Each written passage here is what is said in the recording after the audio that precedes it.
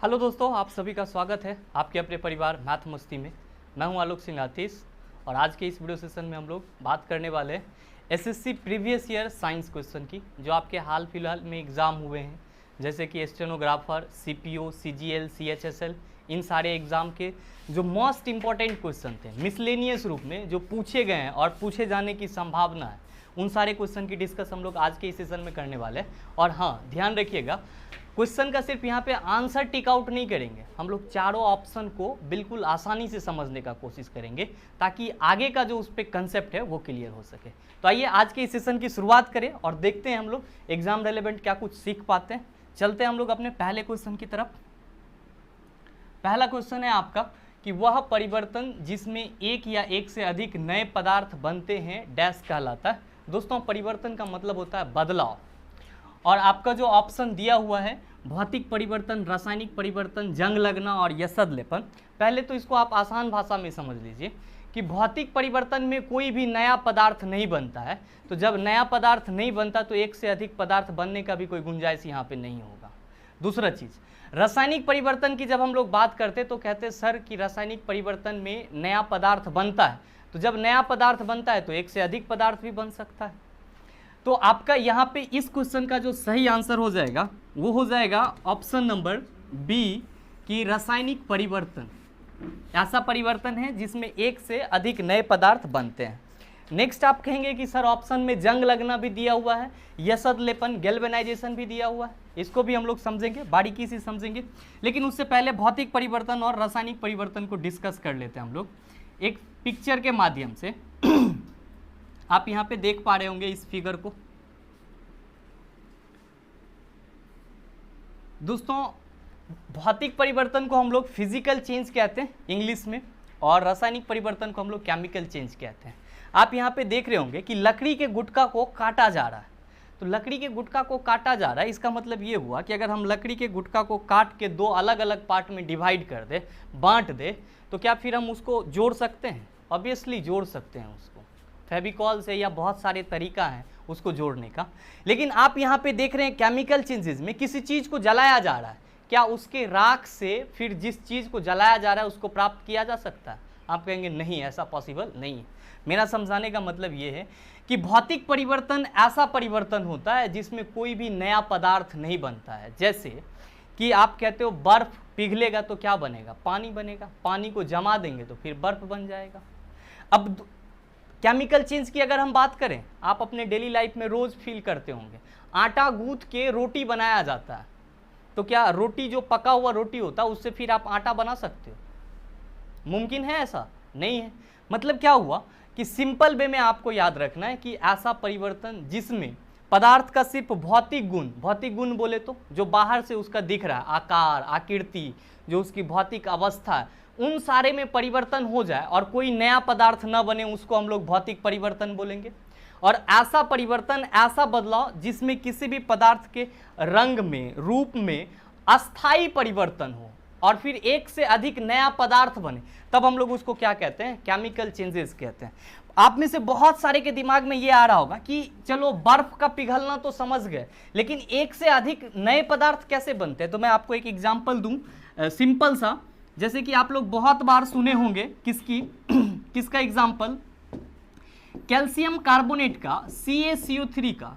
दोस्तों, calcium carbonate को जब आप गर्म करते हो तो गर्म करने के बाद ये क्या होता है कि कैल्शियम ऑक्साइड और कार्बन डाइऑक्साइड में टूट जाता है। किस में टूट जाता है? कैल्शियम ऑक्साइड और कार्बन डाइऑक्साइड में टूट जाता है। मतलब यहाँ पे दो पदार्थ बन रहे हैं, एक तो आपका कैल्शियम ऑक्साइड और दूसरा आपका कार्बन डाइऑक्साइड, तो एक से अधिक पदार्थ बन रहे हैं, तो ये आपका क्या हो जाता है? रासायनिक परिवर्तन हो जाता है। उम्मीद करते हैं कि ये चीज़ आप समझ पा रहे होंगे। अब हम लोग बात कर लेते हैं किसकी? जंग का लगना का। किसकी बात करते हैं? जंग का लगना। दोस्तों, जंग के लगना को हम लोग क्या कहते हैं? एक और नाम से इसको कहते हैं रस्टिंग बोलते हैं। अब ये रस्टिंग क्या होता है, अभी तक हम लोग सिर्फ इसके बारे में मौखिक रूप से जान रहे होते हैं। आइए रस्टिंग के लिए हम लोग एक पिक्चर को देखते हैं कि वो पिक्चर कैसा है आपका। आप इसको गौर से थोड़ा सा देखने का कोशिश कीजिएगा। आप यहाँ पे देख पा रहे होंगे,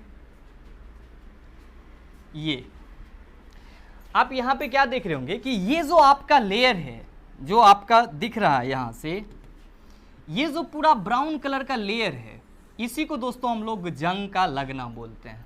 इसी को हम लोग क्या कहते हैं? जंग का लगना। ये होता कैसे? एक्चुअली इसका मीनिंग क्या होता है इसके बारे में हम लोग सिंपल कहते हैं कि जब किसी भी आयरन आर्टिकल्स को, मतलब क्या, लोहे से बने पदार्थ को खुले वातावरण में छोड़ दिया जाता है, तो वातावरण में जो ऑक्सीजन उपस्थित होता है और साथ ही साथ जो उस वायु का नमी होता है, नमी बोले तो जो उसमें पानी की मात्रा उपस्थित है, उन दोनों से क्या करता है? लोहा अभिक्रिया कर लेता है। कौन सा अभिक्रिया करता है? तो ऑक्सीजन जुट रहा है इसमें, तो ऑक्सीकृत हो जाता है। तो ऑक्सीकृत हो करके इसके ऊपर में एक मतलब ब्राउन कलर का, भूरा कलर का सतह आ जाता है, जिसको हम लोग क्या बोलते हैं? जंग लगना बोलते हैं। क्या बोलते हैं? जंग लगना। मैंने क्या बताया आपको कि इसके लिए आपके पास दो कंडीशन चाहिए। कौन कौन से कंडीशन चाहिए? पहला तो वायु होना चाहिए, और वायु में क्या थी? तो वायु में ऑक्सीजन होना चाहिए, ठीक है। और दूसरा नमी, तो नमी को हम लोग मॉइस्चर कहते हैं। नमी को हम लोग क्या कहते हैं? मॉइस्चर। इसका होता क्या है? रिएक्शन की जब हम लोग बात करते हैं तो क्या कहते हैं कि ये आपका क्या है, ये Fe है आपका, किससे रिएक्ट कर रहा है? ऑक्सीजन से रिएक्ट कर रहा है। तो दोस्तों ये क्या बना लेता है? ये बना लेता है Fe2O3, और इसको हम लोग बोलते हैं फेरिक ऑक्साइड। कौन सा ऑक्साइड बोलते हैं? Ferric oxide. और यही आपके जंग के लगने का सूत्र हो जाता है। आपके एग्जाम में कई बार ये भी आपसे पूछा जाता है, बहुत बार आपसे ये पूछा जाता है कि जंग लगने का सूत्र क्या होता है, तो Fe2O3 कह सकते हैं। अब यहाँ पे ऑक्सीजन किसके साथ जुट रहा है? तो लोहा के साथ जुट रहा है ऑक्सीजन। तो भैया लोहा यहाँ पे क्या हो रहा है? ऑक्सीकृत हो रहा है। ध्यान दीजिएगा कि ये जो प्रक्रिया होती है ऑक्सीकरण की प्रक्रिया, ये बहुत स्लो होती है, इसीलिए हम लोग क्या कहते हैं? जंग का लगना कौन सा प्रक्रिया है? स्लो ऑक्सीडेशन का एग्जाम्पल है। किसका एग्जाम्पल है? स्लो ऑक्सीडेशन का एग्जाम्पल है। अब कहेंगे सर वायु के साथ तो समझ रहे हैं, लेकिन नमी के साथ कैसे होगा? तो कुछ नहीं भैया, यही जो जंग है आपका Fe2O3, इसके साथ जब पानी अटैच हो जाता है, मतलब कि जो नमी हम कह रहे हैं, नमी के लिए अब वो डिपेंड करता है कि कितना मॉलिक्यूल्स प्रेजेंट है वातावरण में, जल वाष्प। इसका फार्मूला अब आपका सही रूप में Fe2O3 XH2O के रूप में आ जाता है इस तरह से। ये कहीं कहीं पे आपको ये भी फार्मूला मिलता है। उम्मीद करते हैं कि जंग लगना क्या होता है आप अच्छे से समझ पा रहे होंगे। नेक्स्ट आते हैं, हम लोग बात करते हैं अपने नेक्स्ट ऑप्शन की, जो है आपका यसद लेपन, जिसको हम लोग क्या कहते हैं? गैल्वेनाइजेशन कहते हैं। वो क्या होता है जरा सा उसको भी देख लेते हैं हम लोग। पहले तो भैया क्वेश्चन चल गया, उस क्वेश्चन को ले आए।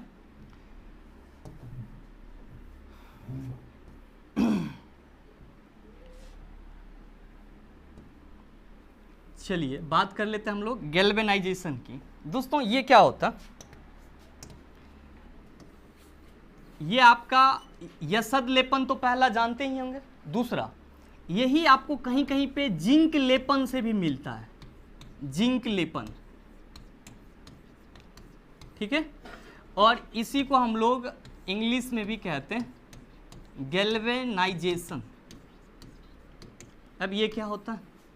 अभी आप थोड़ा देर पहले देखें कि आपके आयरन आर्टिकल्स पे या जो लोहा से बना हुआ सामान था, उस पे आपके वायु में जो ऑक्सीजन है और जो वायु में नमी है, उसके चलते उस पर एक ब्राउन कलर का लेयर चल जाता है। तो क्या अच्छी बात है या ख़राब बात है? ये उस भूरा कलर का सतह उस पर जंगना या जंग लग जाना अच्छी बात है या ख़राब बात है? आप कहेंगे सर ऑब्वियस सी बात है कि ये ख़राब बात है, क्योंकि हमारा सामान का नुकसान होता है। भैया जब नुकसान होता है तो उससे बचने के लिए कुछ ना कुछ हम लोग उपाय करते हैं। तो उपाय क्या करते हैं कि उस पर हम लोग जिंक का लेप चढ़ा देते हैं, जो आयरन आर्टिकल्स होता है, या फिर आप अपने घर में इसका पाइप देखे होंगे जो चापाकल के नीचे में पाइप डाला जाता है, या फिर सीट देखे होंगे, इस टाइप का सीट आप देखे होंगे, बिल्कुल देखे होंगे ये। तो इसका सबसे बड़ा खासियत क्या होता है कि गैल्वेनाइजेशन का, कि ये आपका स्टील को भी जंग लगने से बचाता है, स्टील को भी जंग लगने से बचाता है, और साथ ही साथ लोहा को भी जंग लगने से बचाता है। जो आपका चापाकल का पाइप आता है वो भी आपका क्या होता है इस टाइप से, ये आप देख रहे हैं, ये भी क्या होते हैं कि इसमें भी आप देख रहे होंगे कि ये चमकीला दिखाई पड़ रहा है। इन सारे चीजों में जिंक का लेप चढ़ाया जाता है। क्या किया जाता है? जिंक का लेप चढ़ाया जाता है। किस लिए चढ़ाया जाता है? तो जंग से बचने के लिए। तो दोस्तों जब इसको जंग से बचने के लिए जिंक का लेप चढ़ाते हैं तो इस प्रक्रिया को ही हम लोग क्या कहते हैं? गैल्वेनाइजिंग कहते हैं। क्या कहते हैं? गैल्वेनाइजिंग। और हिंदी में उसको यसद लेपन या फिर जिंक लेपन कहते हैं। क्या कहते हैं? जिंक लेपन। एक चीज याद रखिएगा कि जो जंग है वो आपका 3-4 चीज से प्रभावित होता है, जैसे कि आपके वातावरण का नमी का परसेंटेज कितना है, जो आसपास में इम्प्योरिटीज अशुद्धि कितनी है, या फिर आपका एसिड वगैरह कितना है, इन सारे चीजों के लिए। तो क्या होता है कि जो हाईली कोरेसिव एरिया होते हैं, हाईली कोरेसिव एरिया बोले तो जहाँ पे एसिड की मात्रा ज़्यादा होती है इन्वायरमेंट में, तो एसिड की मात्रा इन्वायरमेंट में कैसे ज़्यादा आएगी? तो जब एसिड रेन वगैरह होगा, तो एसिड रेन वगैरह वाले एरिया में आपका गैल्वेनाइजिंग का प्रोसेस जंग से बचाने के लिए काम नहीं करता है, वहाँ पे ये फेल हो जाता है, क्योंकि गैल्वेनाइजिंग स्टील और लोहा को जंग से बचाने का एक अस्थायी तरीका है। कौन सा तरीका है? अस्थायी तरीका है। अब जब ये हाईली कोरेसिव एरिया में जहां पे बहुत ज्यादा एसिड रेन होते रहती है, वहां पे ये स्टील और लोहा को जंग से नहीं बचा पाती, तो वहां पे हम लोग क्या करते हैं कि कैडमियम का यूज करते हैं। किस चीज का यूज करते हैं? कैडमियम का यूज करते हैं। आपसे अगर कोई पूछ दे कि गैल्वेनाइजिंग क्या होता है, तो सिंपल आप क्या कहेंगे कि किसी भी लोहा या स्टील पर जिंक का लेप चढ़ाना क्या कहलाता है? गैल्वेनाइजिंग कहलाता है। एक चीज और, गैल्वेनाइजिंग की जो प्रक्रिया होती है दोस्तों, वो कैसे होती है? ये आपका इसका सबसे बेस्ट मेथड है हॉट डीप सबमर्ज्ड मेथड। अच्छा, इतना हिंदी में नहीं समझिए, इसको सिंपल समझिए कि गैल्वेनाइजिंग जब हम लोग करते हैं, हम कह रहे हैं हिंदी, इतना इंग्लिश में मत समझिए इसको। ये देखिए कि ये मान लीजिए कि आपका कोई टब है और इस टब में हम लोग क्या करते हैं कि जिंक को पिघला करके रख देते हैं। जिंक को क्या करते हैं कि पिघला करके रख देते हैं। अब जिंक को जब पिघला के रख देते हैं, ये पूरा यहाँ तक लबालब हो जाता है।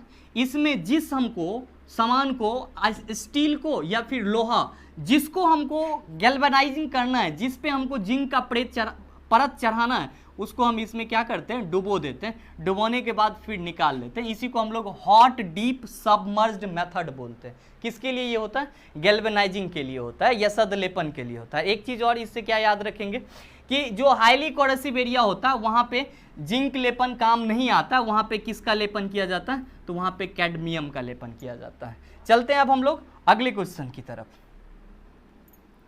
आपका दूसरा क्वेश्चन है बस पहले क्वेश्चन के बेस पे ही आधारित, कि वह परिवर्तन जिसमें कोई नया पदार्थ नहीं बनता है डैश कहलाता है। अभी जस्ट मैंने आपको बताया कि भौतिक परिवर्तन में कोई नया पदार्थ नहीं बनता, केमिकल परिवर्तन में आपका नया पदार्थ बनता है, केमिकल चेंजेस में नया पदार्थ बनते हैं। तो आपकी इस क्वेश्चन का जो सही आंसर होगा वो ऑप्शन नंबर ए होगा। और दोस्तों ये आपके एसएससी ऑनलाइन सीजीएल के एग्जाम में पूछा गया, और ज़्यादा दिन पीछे नहीं, 2 साल पहले 20 अगस्त 2017 को ये क्वेश्चन पूछा गया। तो अगर इसके बारे में आपको इतना कुछ मालूम रहता है तो आप आसानी से क्वेश्चन को सॉल्व कर सकते हैं। नेक्स्ट चलते हैं हम लोग अपने अगले क्वेश्चन पे। तीसरे नंबर का क्वेश्चन हम लोगों से क्या कह रहा है कि निम्नलिखित में से कौन सा सहसंयोजक यौगिक है? दोस्तों जनरली जब हम केमिस्ट्री की बात करते हैं तो इसमें कहते हैं 2 टाइप के यौगिक होते हैं। कितने टाइप के यौगिक होते हैं? 2 टाइप के। एक को हम लोग सहसंयोजी यौगिक कहते हैं। कौन सा यौगिक कहते हैं? सहसंयोजी यौगिक, जिसको हम लोग कोवैलेंट कंपाउंड भी कहते हैं। कौन सा कंपाउंड कहते हैं? Covalent compound. और दूसरा होता है आयनिक यौगिक, जिसको हम लोग क्या कहते हैं? आयनिक कंपाउंड कहते हैं। आयनिक यौगिक, जिसको हम लोग क्या कहते हैं? आयनिक कंपाउंड इंग्लिश में। अब देखिए, अगर इस दोनों चीज का डेफिनेशन आपको याद रखता है, परिभाषा याद रहता है, आपके माइंड में रहता है, तो मे भी आप इस क्वेश्चन को भी आसानी से सॉल्व कर पाएंगे, कोई ज़्यादा परेशानी नहीं होगा। पहले आप समझ लीजिए इसको, सहसंयोजी का मतलब क्या होता है? सहसंयोजी का मतलब होता है साझा करना। क्या करना? साझा करना। और आपको पता होना चाहिए कि जैसे ही आप कहते हो सहसंयोजी, तो आपके माइंड में हमेशा एक बहुत ही पॉपुलर अधातु का नाम याद आ जाता है, और वो कौन सा अधातु है? कार्बन। कौन सा है आपका? कार्बन। आपको पता है कि इसका एटॉमिक नंबर कितना होता है? 6 होता है। और इसका जब हम लोग इलेक्ट्रॉनिक कन्फिग्रेशन निकालते हैं तो 2 और 4, मतलब कहते हैं सर इसकी संयोजकता कितनी होती है? 4। तो हम लोग कहते हैं सर इसको 4 अदर एलिमेंट की जरूरत होती है, और जनरली जो पढ़ते आ रहे हैं हम लोग कहते हैं सर हाइड्रोकार्बन है, तो एक कार्बन के साथ कितना हाइड्रोजन, 4 हाइड्रोजन, इसकी संयोजकता को फुलफिल कर रही। तो ये जो अपना इलेक्ट्रॉन दे रही है इस पे हाइड्रोजन का भी हक है और कार्बन का भी हक है, मतलब दोनों साझा कर रहा है। और जनरली सहसंयोजी यौगिक या सहसंयोजी बंधन कौन से तत्व शो करते हैं, तो अधातु जो होते हैं वो शो करते हैं। आप देखे होंगे ऑर्गेनिक कंपाउंड में जितना भी आपका कंपाउंड है वो सब ज्यादातर हाइड्रोकार्बन है, मतलब कार्बन और हाइड्रोजन का मिश्रण है। लेकिन ऐसे भी कुछ जनरल लाइफ में भी कुछ ऐसे अधातु हैं जो सहसंयोजी यौगिक का ये करते हैं, बॉन्ड बनाते हैं। और नेक्स्ट है आपका आयनिक यौगिक, कोवैलेंट बॉन्ड। इसके बारे में सिर्फ इतना याद रखेंगे क्या, कि जब कोई धातु अधातु के साथ अभिक्रिया करे, जब कोई धातु क्या हो, अधातु के साथ अभिक्रिया करे, तब वो क्या होगा, आयनिक कंपाउंड बनेगा। काहे, तो धातु की प्रकृति होती है ये हमेशा पॉजिटिव आयन फॉर्म करता है, और अधातु की प्रकृति होती है कि ये हमेशा निगेटिव आयन फॉर्म करता है। तो पॉजिटिव और निगेटिव जब जुटेगा तो आयनिक कंपाउंड फॉर्म होगा। अब है आपका यहाँ पे कि निम्नलिखित में से कौन सा सहसंयोजक यौगिक है। आप देखिए यहाँ पे कैल्शियम क्लोराइड, तो आप कहेंगे सर CaCl2 कैल्शियम क्लोराइड यही ना होगा। मैग्नीशियम फ्लोराइड, तो आप कहेंगे सर यहाँ पे जो मैग्नीशियम फ्लोराइड है वो MgF2 हो जाएगा। आप कहेंगे सोडियम क्लोराइड, तो सर NaCl सोडियम क्लोराइड का फॉर्मूला हो जाएगा। कार्बन टेट्राक्लोराइड, आप कहेंगे सर CCl4, क्या कहेंगे इसके लिए कि सर ये जो होगा ये होगा CCl4 हो जाएगा। अब जब इसको हम CCl4 कहते हैं कार्बन टेट्राक्लोराइड, तो मैंने आपको अभी जस्ट बताया कि अधातु के यौगिक ही सहसंयोजी बंधन में जुड़े हुए रहते हैं। तो कार्बन के साथ क्लोरीन, तो कार्बन और क्लोरीन दोनों क्या है, अधातु है। क्लोरीन जिनको नहीं मालूम है वो समझ लीजिएगा कि क्लोरीन गैस के रूप में मिलता है और ज्यादातर अधातुएं जो है गैसीय अवस्था में पाई जाती है। जबकि अदर जो आपको ऑप्शन दिख रहा है यहाँ पे, कैल्शियम आपका क्या है, धातु, क्लोरीन अधातु, तो धातु अधातु दोनों अभिक्रिया कर रहा है, तो कौन सा रिएक्शन, कौन सा बॉन्ड बनाएगा, आयनिक कंपाउंड बनाएगा। अब यहाँ पे मैग्नीशियम और फ्लोराइड ये भी आपका आयनिक कंपाउंड। सोडियम क्लोराइड बहुत पॉपुलर है, बरसों से आप इसके बारे में जान रहे हैं कि आयनिक कंपाउंड है। कार्बन टेट्राक्लोराइड CCl4, यहाँ पे कार्बन के साथ 4 क्लोरीन जुटा हुआ है। एक बार फिर से देख लीजिए इसका कैसा होगा स्ट्रक्चर, ये होगा ऐसा, तो Cl यहाँ भी, Cl यहाँ भी, Cl यहाँ भी। अब बहुत कहेंगे कि सर क्लोरीन का वैलेंसी कितना होता है, तो भैया क्लोरीन का एटॉमिक नंबर होता है 17, तो 2, 8 और 7 इलेक्ट्रॉनिक कन्फिग्रेशन हो जाएगा। एक चाहिए इसको तो एक ही होगा। अब यहाँ पे देखिए इसको हम मिला देते हैं, इसको मिला देते हैं, ये भी मिल गया, ये भी मिल गया। अब एक क्लोरीन, अब इस पे जो है आपका कार्बन का भी हक है, क्लोरीन का भी हक है। एक बॉन्ड ये और एक बॉन्ड ये और एक बॉन्ड ये, आपका मिलके क्या बना लिया, सहसंयोजी बंधन बना लिया। तो इसी को हम लोग क्या कहते हैं, सहसंयोजक यौगिक। आपके इस क्वेश्चन का जो सही आंसर होगा ऑप्शन नंबर डी हो जाएगा, कार्बन टेट्राक्लोराइड। चलते हैं हम लोग अगले क्वेश्चन की तरफ। ट्रायल जैसे ही सेट होता है इसके बाद आपका और अच्छा सेशन आएगा, मैराथन क्लासेस भी आएंगे जिसमें आपका बहुत सारा क्वेश्चन होगा जो आपके लिए बहुत ज़्यादा इंपॉर्टेंट होगा। नेक्स्ट है दोस्तों चौथे नंबर का क्वेश्चन कि निम्न में से विषम चक्रीय यौगिक का उदाहरण कौन सा है। आप लोग अभी तक दो चीज बहुत आसानी से सुने होंगे, एक तो आयनिक यौगिक और एक सहसंयोजी यौगिक। जो बच्चा बहुत स्टैंडर्ड लेवल से पढ़ाई कर रहे होंगे वो चक्रीय यौगिक को भी जान रहे होंगे। अगर ना जान रहे हैं तो इसको हम लोग कहते हैं, जैसे कि बेंजीन आपका कैसा होता है, साइक्लिक वाला होता है। बेंजीन के बारे में कहते हो ना सर कि इस तरह का होता है, C6H6 रिंग बनाता है। तो इसी रिंग को हम लोग चक्रीय बोलते हैं। केमिस्ट्री में क्या कहते हैं इसको, चक्रीय, या इंग्लिश में क्या कहते हैं कि सर ये साइक्लिक कंपाउंड है। कौन सा कंपाउंड है, साइक्लिक कंपाउंड। और ध्यान देंगे कि जनरली ये साइक्लिक कंपाउंड वगैरह बनाने का प्रवृत्ति किसका होता है, तो कार्बनिक यौगिक का होता है। ऑर्गेनिक केमिस्ट्री में हम लोग इसको बारीकी से पढ़ते हैं। तो अब यहाँ पे सवाल उठता है कि सर चलो ठीक है, बेंजीन के जैसा जो होगा उसको हम लोग चक्रीय यौगिक कह देंगे। क्यों, क्योंकि आप यहाँ पे फिगर बना दिए हो चक्र जैसा, तो हम लोग भी मान लेंगे। लेकिन आपको मैं बता दूं कि जो चक्रीय यौगिक होते हैं, साइक्लिक कंपाउंड होते हैं, ये 2 टाइप के होते हैं। कितने टाइप के होते हैं, 2 टाइप के होते हैं साइक्लिक कंपाउंड। अब आप कहेंगे सर कौन कौन से टाइप होते हैं, तो एक एक टाइप को हम लोग क्या बोलते हैं, एक टाइप को बोलते हैं समचक्रीय यौगिक। क्या बोलते हैं हम लोग, समचक्रीय यौगिक। और दूसरे टाइप को हम लोग क्या बोलते हैं, विषम चक्रीय यौगिक।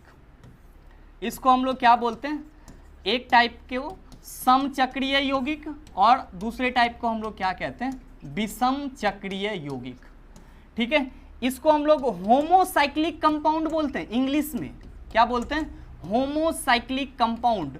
और इसको हम लोग क्या बोलते हैं, इसको बोलते हैं हेट्रोसाइक्लिक कंपाउंड। कौन सा कंपाउंड, हेट्रोसाइक्लिक कंपाउंड। हिंदी क्या होता है, विषम चक्रीय यौगिक। पहले तो आप इसके डेफिनेशन को समझें कि जो आपका चक्रीय यौगिक होता है, जो समचक्रीय यौगिक होता है, उसमें कार्बन और हाइड्रोजन के अलावे और कुछ नहीं होता है।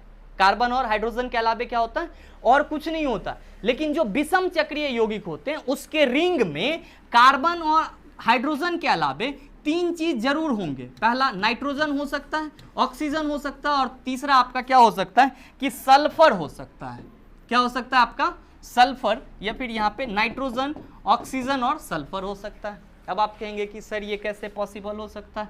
देखिए यहाँ पे कि मैं आपको यहाँ पे विषम चक्रीय यौगिक के 3-4 एग्जाम्पल देना चाहूँगा।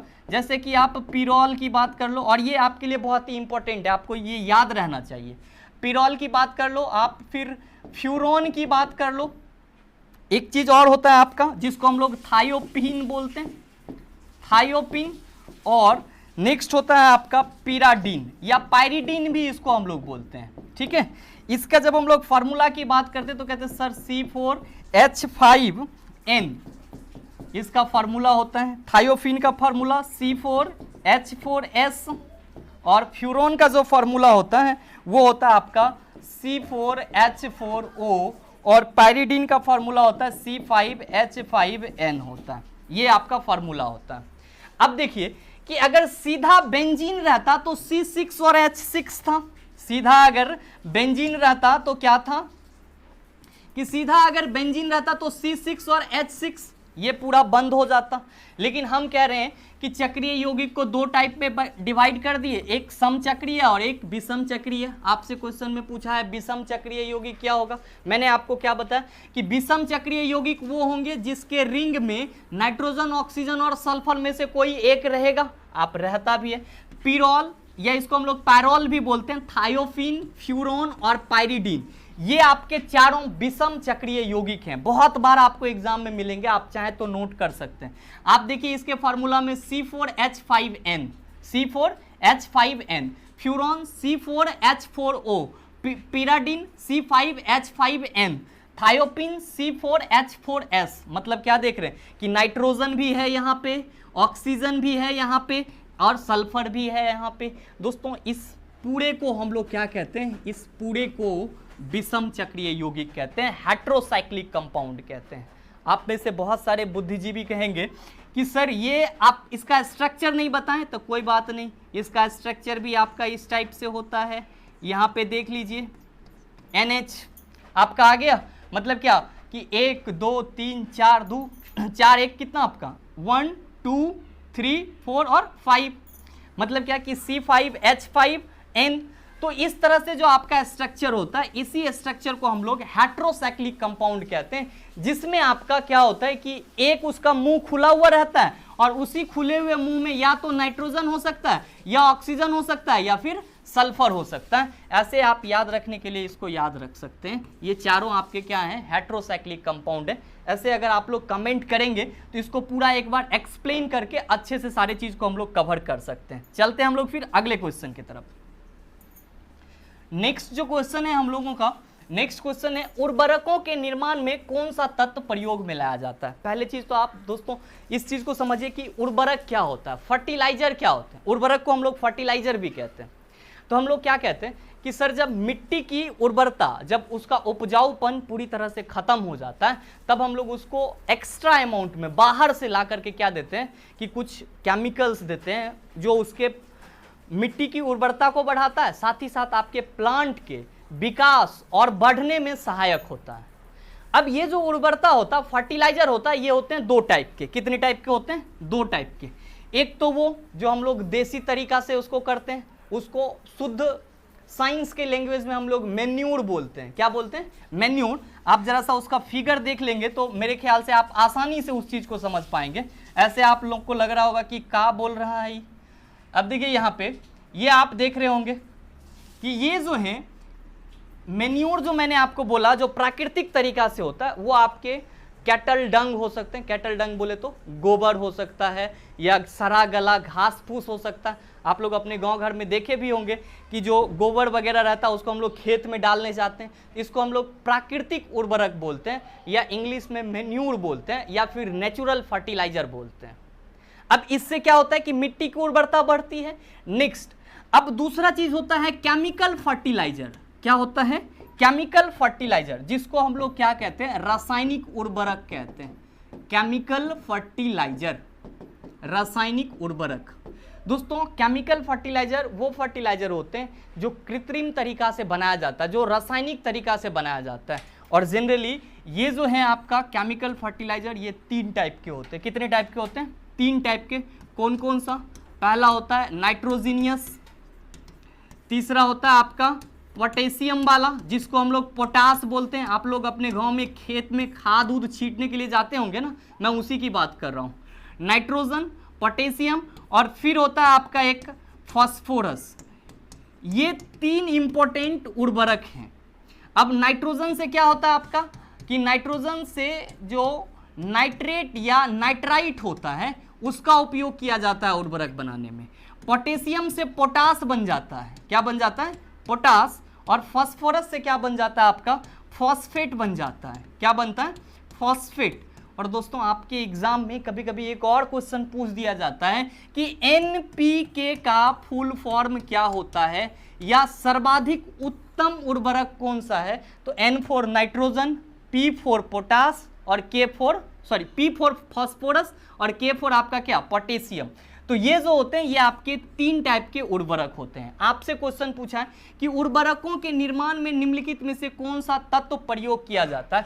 फ्लोरीन का प्रयोग नहीं किया जाता है, सीसा का भी प्रयोग नहीं किया जाता, एल्युमिनियम का भी प्रयोग नहीं किया जाता। हाँ, पोटेशियम का प्रयोग किया जाता है। किसके लिए? तो पोटास बनाने के लिए। किसके लिए किया जाता है? पोटास बनाने के लिए किया जाता है। आज के सेशन में दोस्तों इस क्वेश्चन को यहीं पे रोकते हैं। मिलते हैं हम लोग फिर नेक्स्ट सेशन में।